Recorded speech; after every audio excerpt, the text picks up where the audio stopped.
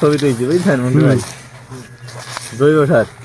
আমি আজকে কথা বলছি যে আমাদের মাঠে টপ ড্রেসিং চলছে এবং সার দেওয়া চলছে।